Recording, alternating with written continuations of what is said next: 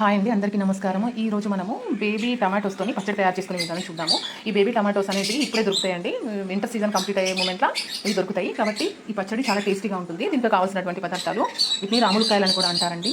Baby tomatoes, పచ్చిమిరపకాయలు, ఉప్పు, జీలకర్ర, ఎల్లిపాయ, నువ్వులు దీనికి కావాల్సినటువంటి పదార్థాలు. కాబట్టి ఇప్పుడు మనము వీటి తయారీ విధానం చూద్దాం. చూడండి బేబీ టమాటోస్ ఎంత బాగున్నాయి. వీటి పచ్చడి కూడా చాలా బాగుంటుందండి. దోశలోకైనా ఇడ్లీలోకైనా చాలా బాగుంటుంది ఈ పచ్చడి. కాబట్టి చూడండి, చూడడానికి చిన్న చిన్నగా ఎంత ముద్దొస్తున్నాయండి, బాగున్నాయి కదా. చూడండి, మనము టమాటో పచ్చడి కోసము పచ్చిమిరపకాయలు వేయించుకుందాము. నేను ఎలాంటి ఆయిల్ కూడా ఇందులో వేసుకోలేదండి, ఇవి ఫ్రై చేసుకుంటున్నాను. వేయించుకున్నాను. చూడండి, పచ్చిమిరపకాయలు వేగినాయి. ఇప్పుడు మనము వీటిని తీసుకొని పక్కకు పెట్టుకుందాం. చూడండి, ఇప్పుడు నువ్వులు వేయించుకుందాం.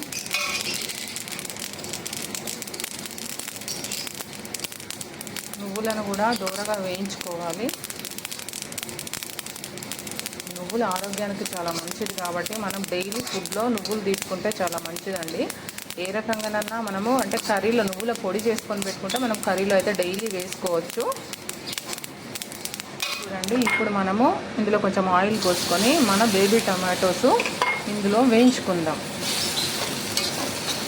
ఆయిల్లో వీటిని కొంచెము మగ్గనిద్దాం. వీటిని ఒక 5 నిమిషాలు కొంచెము లైట్గా మగ్గిన తర్వాత అప్పుడు చూద్దాం. వీటిపైన ఒక మూత పెట్టుకొని 10 నిమిషాల వరకు వీటిని మగ్గనిద్దామండి. చూడండి, 10 నిమిషాలు అయింది. ఇప్పుడు మన బేబీ టమాటోస్ ఈ రకంగా మగ్గినాయి. ఇప్పుడు మనము ఇవి చల్లారిన తర్వాత మిక్సీ చేసుకుందామండి. చూడండి, ఇప్పుడు మనము వీటన్నింటినీ మిక్సీ చేసుకుందామండి. వేయించి పెట్టుకున్న పచ్చిమిరపకాయలు, నువ్వులు, వేయించి పెట్టుకున్న నువ్వులు, ఇవన్నీ కూడా మనము మిక్సీ చేసుకున్నాం. బేబీ టమాటోస్ కూడా, ఇది కూడా చల్లారింది, ఇందులో వేసుకొని చూడండి, ఇవన్నీ ఇందులో వేసుకొని మనము ఇప్పుడు మిక్సీ పట్టుకుందాం. చూడండి, మనము మిక్సీ పట్టుకున్నాం. ఇప్పుడు మనము దీన్ని ఒక బౌల్లో తీసుకుందాం. చూడండి, మనం ఈ పచ్చడిని ఇప్పుడు పోని పెట్టుకుందాము. ఆయిల్ పోసుకున్నాను. ఇందులో ఆవాలు, జీలకర్ర, ఎండుమిర్చి, కరివేపాకు వేసుకున్నాను. చూడండి, ఇప్పుడు మనము మన పచ్చడిని పోపు పెట్టుకుందాం.